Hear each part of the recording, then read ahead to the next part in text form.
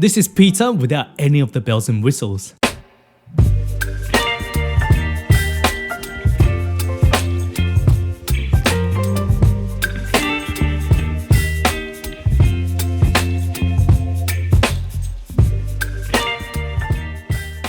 G'day guys, how's it going? Welcome back to Sam's Home Kitchen, where I bring to you budget-friendly recipes with sustainability in mind. Just let me borrow your attention for 5 seconds. Let's close our eyes and think about your friends and family. Do you know anyone who don't like pizzas? Well, I don't. It's such a crowd pleaser. It's got texture, it's got flavor, it's so versatile. It's all of the goodness that you can find in this world, and that goes on top of the vehicle called bread.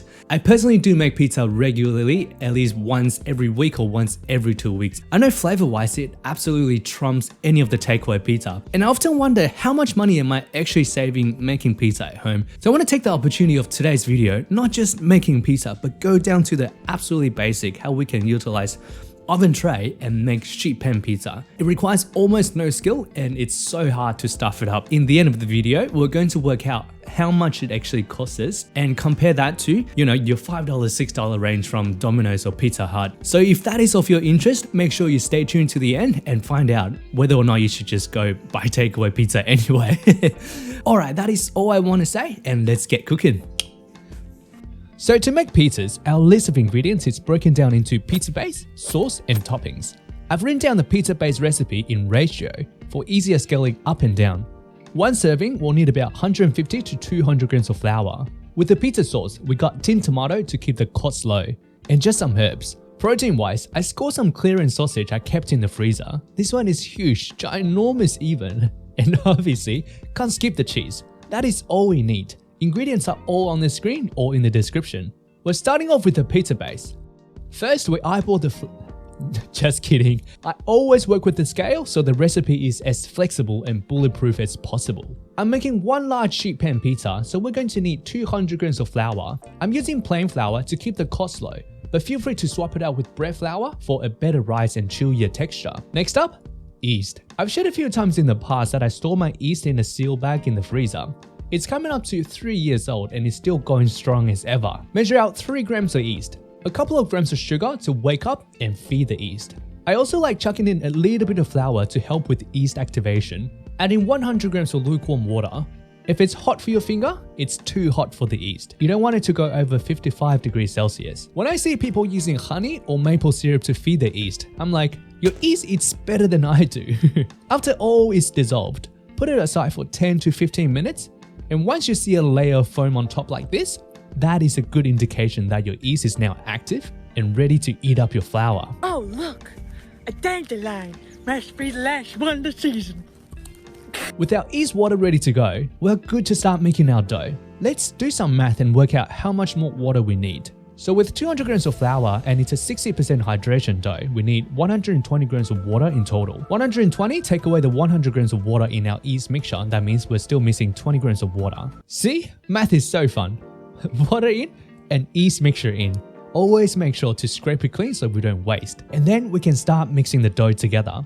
If you like to keep your hands as clean as possible, it's a handy tip to first start mixing with a spatula. The initial mixing is just to get the water and flour to combine. I also realized that I forgot to add in the neutral oil. For 200 grams of flour, we want about 20 grams of oil. Oil here keeps the dough moist and helps make it easier to stretch later on. Mix it until there's no more visible water or loose flour. We can now get our hands in and be assured that it won't be messy. Give the dough a quick knead to better incorporate it all. And then I realized there's one more thing I forgot to add. Salt. But no stress. Pull out our trusty scale, add in 4 grams of salt and knead to incorporate it into the dough. Salt can totally be added in with the flour at the start or when we first start mixing the flour and liquid. Given this is a 60% hydration dough, it's super easy to work with, so just give it a good knead until it's nice and smooth. Next, grab a container at least twice the size of the dough. Oil the container up so the dough don't stick.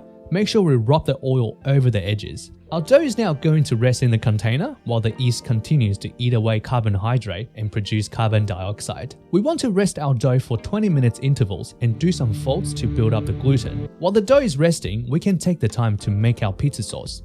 2 main ingredients. We got some mixed herbs and tinned tomato. The herb I got here is mostly oregano, but any Italian herbs or basil will do wonders. I mentioned earlier that in order to keep the cost down, I'm using this 95-cent tin tomato. If you're Italian and still watching, I want to say that I'm sorry. I'm here to help my people and community save money, so direct your anger in the comment section. Tin tomato into the mixing bowl we used earlier. It's definitely not as thick and luxurious as the fancy ones, but wait till you see the final result. Scrape the tin? As I do. A pinch of salt to season, about 4 grams I say, and then a couple grams of herbs. Now to turn the chunky tin tomato into a tomato paste, we want to blitz it up using a stick blender or just a normal blender. Blend it until the chunks are gone, and we want a consistency like what you can see here. Add in a few cracks of pepper just because we can. And that is pizza sauce done. 1 tin tomato will make us at least 3 pizzas, so into a container for easier storage. And make sure we do what? That's right, we scrape the bowl clean. By the time the pizza sauce is done, our dough has rested for about 20 minutes. We are going to do a few stretch and folds. First thing we want to do is to get our hands wet so the dough stay off our fingers. We are going to grab the dough up and fold it under itself like what I'm doing here. The purpose here is to stack the gluten in the dough to create better bound and make the dough quote unquote stronger to hold more bubbles. Lid back on, rest for 20 minutes, and we'll do another fold. The stronger the gluten is, the more capable the dough will hold the gas released by yeast. And that is where bread flour comes into play. The higher protein content in bread flour creates stronger gluten that makes the bread rise higher. If time allows, we want to perform 3 to 4 folds to do our best with the plain flour dough. Lead the dough along to rise once we finish the 4th fold. Rest the dough until it's almost double in size like this, and we are getting to the assembly time. Grab your oven tray and oil it generously. Get your fingers in and rub the oil throughout the tray and into the corners, especially if you rarely use the tray for cooking like me. Dough out onto the tray and now spread it out as evenly as possible. Spread it out as thin or thick based on your liking. So we have just squeezed most of the air out of the dough while spreading. Now we want to let the dough rest again to regain some of the bubbles. Cover the sheet to your best ability so it doesn't dry out. So this has rested for about 20 minutes. I can definitely see the dough regaining some height. I was getting really impatient, so I just decided to go with it. Before we put it all together, preheat your oven on fan force and to the highest temperature your oven goes. Like you want the oven to be hot. Before putting the pizza together, of course we can't forget about the cheese. This Aldi tasty cheese, I tell ya, is the best tasty cheese out there. And you can't change my mind. And it's the cheapest per kilo. It's so good that if you haven't, you really have to give it a go. By the way, this video is not sponsored by Aldi, I just really love the cheese. I cut out about 100 grams for today's pizza and just grate it up with a box grater. Best part about grating your own cheese, apart from the savings, is I get to claim the cheese tax. Now cheese is done, it's assembly time.